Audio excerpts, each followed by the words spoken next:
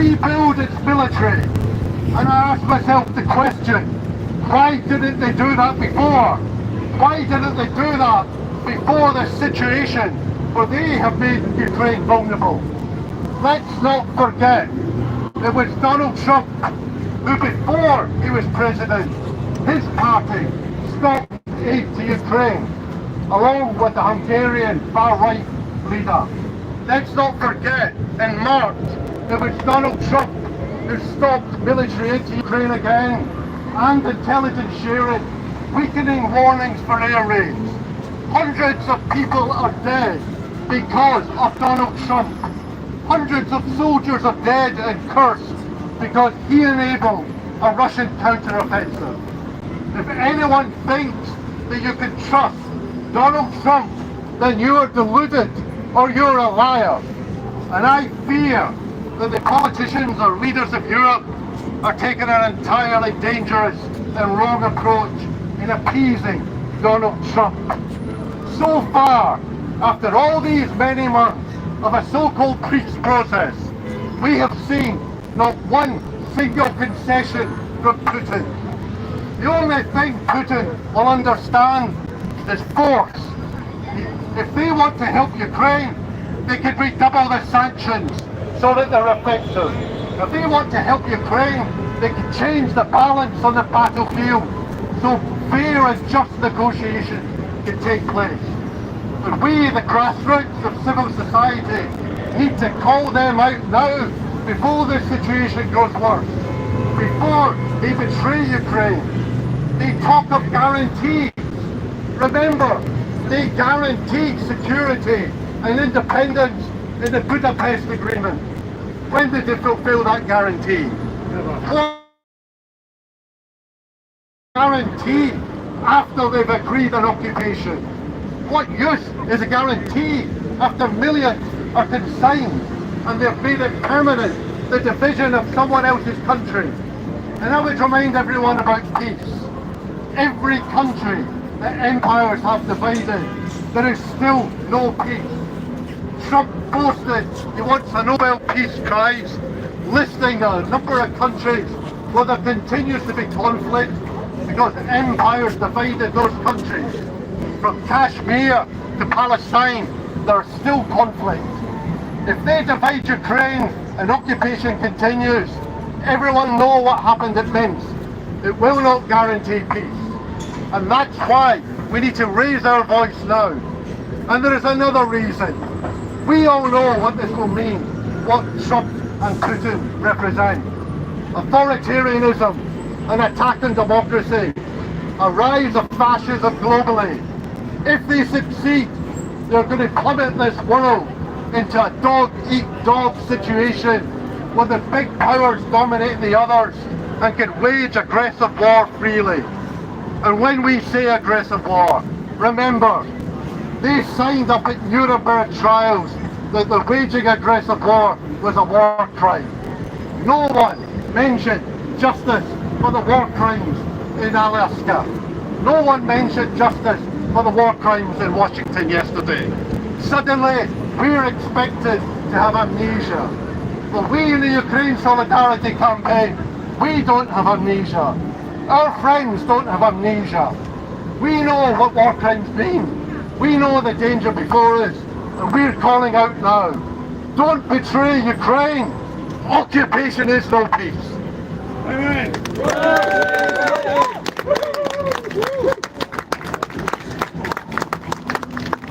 Thank you, Chris. Our next speaker is John Maloney. John is the Assistant General Secretary of PCS.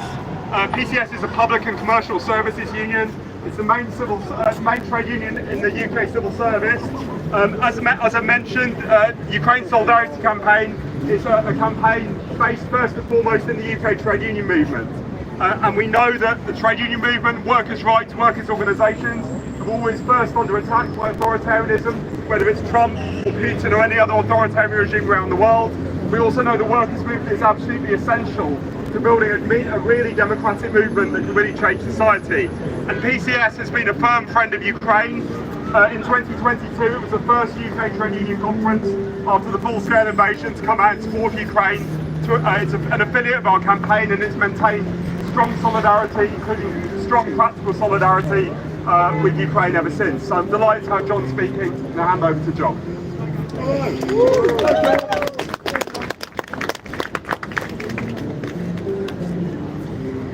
Thank you for the invitation. I'm supporting this campaign because our union, as Sasha said, was one of the first unions to condemn the Russian invasion, called upon the Russian state to withdraw completely, and that still remains our position. Our position is clear. It's only the Ukrainian people who determine peace. It's the Ukrainian people have the right of self-determination. It's not for superpowers like America to decide what the world should look like. My union is opposed to this form of imperialism. My union stands fully supporting behind the Ukrainian trade union movement, behind the people of Ukraine. Now, peace can break out very easily, as was pointed out in a tweet I read today. All it requires is President Putin to ring up and actually say, I am stopping this war and I am withdrawing all my forces to the original borders. He could do that today. But the point is, as we know, he will not do that. He senses victory here, victory facilitated by President Trump. And there is now going to be a reckoning. Either you're on the side of freedom, democracy and the Ukrainian people and trade union movement, or you're going to be on the side of America and the Russian oligarchs. We have to make a decision in the British trade union movement where we stand. Now, PCS is very clear where it stands. It stands with the trade union movement of Ukraine and the people of Ukraine. And what we need to do over the coming weeks is mobilise all the unions who have formal policies for supporting the Ukrainian people and the Ukrainian trade union movement, to let their force be felt on the Labour government, so that the Labour government knows where the working class movement in this country stands. It is vitally important that we stand up and show our solidarity with the Ukrainian people. So I'm just going to end on this. As I said, it's only for the Ukrainian people to decide on peace, and if there is to a peace, on what the terms are. It's not for me, it's not for the Americans, it's not for anybody else to say you must accept the dismembering of your country. Because we all know that even if that were happened, that this is just another round in an eternal war. That within a few years, the fear must be that Russia resupplies and starts another war. And it doesn't matter what security guarantee President Trump gives, and we all know what his word is worth. Push comes to shove, he will not defend Ukraine. He will just shrug his shoulders, and if you remember, his position is, if you haven't got any force behind you, then you're a weakling. You go to the wayside. He just sees the world in power values. The powerful get what they want and the weak get nothing. Well, that's why the trade union movement must show its solidarity. Because we cannot support a dismemberment of Ukraine and then turn around and say we want justice around the rest of the world. Justice is one and indivisible. You're either in favour of self-determination for all nations of the world, or you have a list of favourites. I'm in favour of self-determination for the Palestinian people, but I'm also in favour of the self-determination of the Ukrainian people. One is the same as the other. So I'm glad that everybody's come here today, but we've got a huge amount of work to do. Let's mobilise the trade union movement. Let's show solidarity with Ukraine. Thank you very much.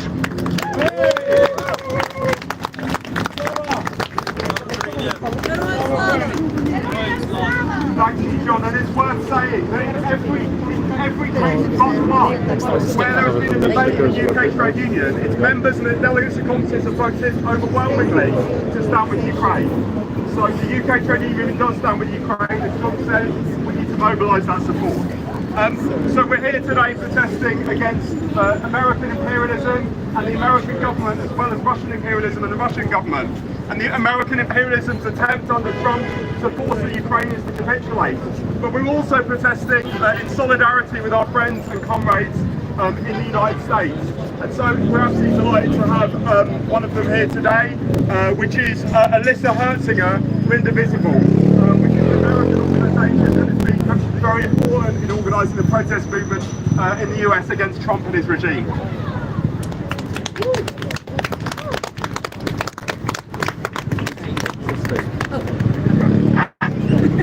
Thank you, Sasha. As he said, I am a U.S. citizen and part of Indivisible.London, one of the largest grassroots resistance movements to Trump and Trumpism worldwide, and we support the fight for a free and sovereign Ukraine.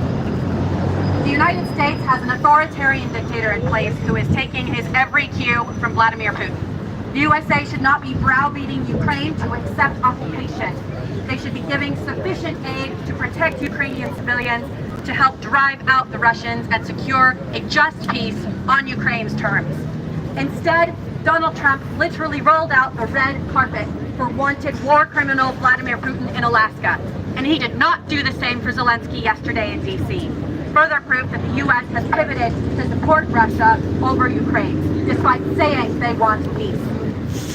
Both Trump and Putin have proved over and over again that they do not keep their promises, and it is naive for any leader to believe anything they say. Ukraine should already be protected by the Budapest Memorandum, so security guarantees are meaningless. Trump and Putin are dictators. They expect everyone to bow to their whims and blame any violence on those who stand up against them. The man behind Project 2025 said that what MAGA is doing now is the second American Revolution, and it will remain bloodless if the left allow it to be so. Netanyahu blames his war and genocide on Palestinians, when Israel has been illegally occupying Palestine since 1967. Putin invaded Ukraine, and now he and Trump hold Zelensky responsible for the war and responsible for peace. This emboldens any authoritarian to invade territory they want. And if it becomes a war, they say it's because the invaded people wouldn't let it happen peacefully. These strong men are bullies, and bullies do not stop because you give in. They just come back for more. Allowing your country to be taken over by tyrannical dictators is not peace. Fighting back against invaders is not starting a war. Ukraine did not start this war. Russia started it, and Russia can end it at any time by going home. Amen. We saw again in Alaska and in DC yesterday that Trump is nothing more than a drooling puppet for the war criminal Putin. For the UK to continue to have a special relationship with the US now means having a special relationship with Russia. The UK is better than this, and it must be better than this. If the UK is serious about helping Ukraine protect its borders and in turn all of Europe's democracy, it must not only reject any settlement legitimizing Russia's occupation and route military, financial, and diplomatic support, it must also exert economic pressure on the United States to honor its promise to protect Ukraine from Russian invasion without giving up an inch of its territory. Do not bow down to a wannabe dictator. And as individuals, we can stand up too. We can boycott American companies. Don't travel to the United States. This regime does not care about moral arguments. We have to target the only things they care about: money and power. Trump is coming here in September for an unprecedented second state visit. He should never have been afforded one, let alone a second, but they are rolling out the red carpet for him just like he did for Putin. On September 17th, we will show Trump and the UK government just how unwelcome he and his authoritarian acts are in this country. Donald Trump is in Putin's pocket. To make deals with Trump is to betray Ukraine. Register at stoptrump.org.uk to join us on September 17th in the protest against Trump and Trumpism and for a free and sovereign Ukraine. Slava Ukraini! Героям слава!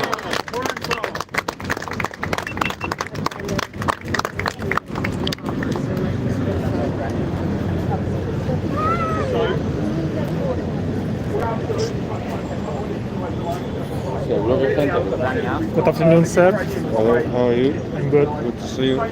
Me too. Stream, live For stream. YouTube. Oh, right. The voices of those fighting for the social, Some English voices here.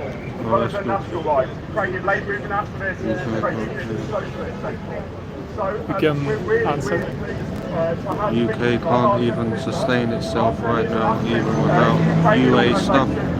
Makes sense for two failed states to stick together. I think that's an anti-Ukraine comment. We're trying to say we don't have enough money for ourselves, so therefore stop giving it to you.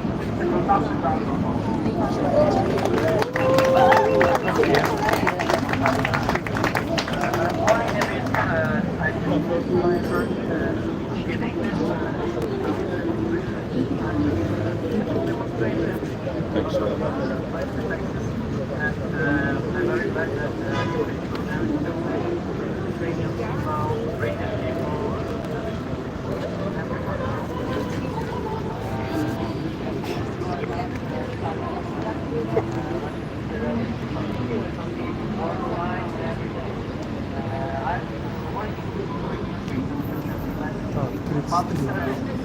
Dzień dobry. Dzień dobry. How is your media Good. coverage? Good. Good. 400. I saw your YouTube. Yeah, great. I wish you like told it? me earlier. I should have spoken in English. Forget Bulgarian. You can say now something if you wanna. Yeah, let's see what they like doing something else, not quite the trade. Yeah, yeah. What can we do?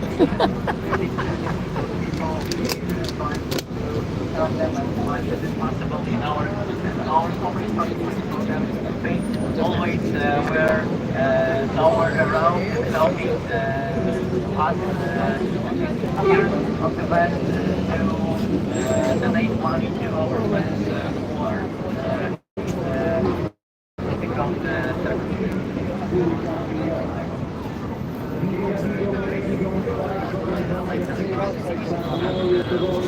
others facing as I said, I know enough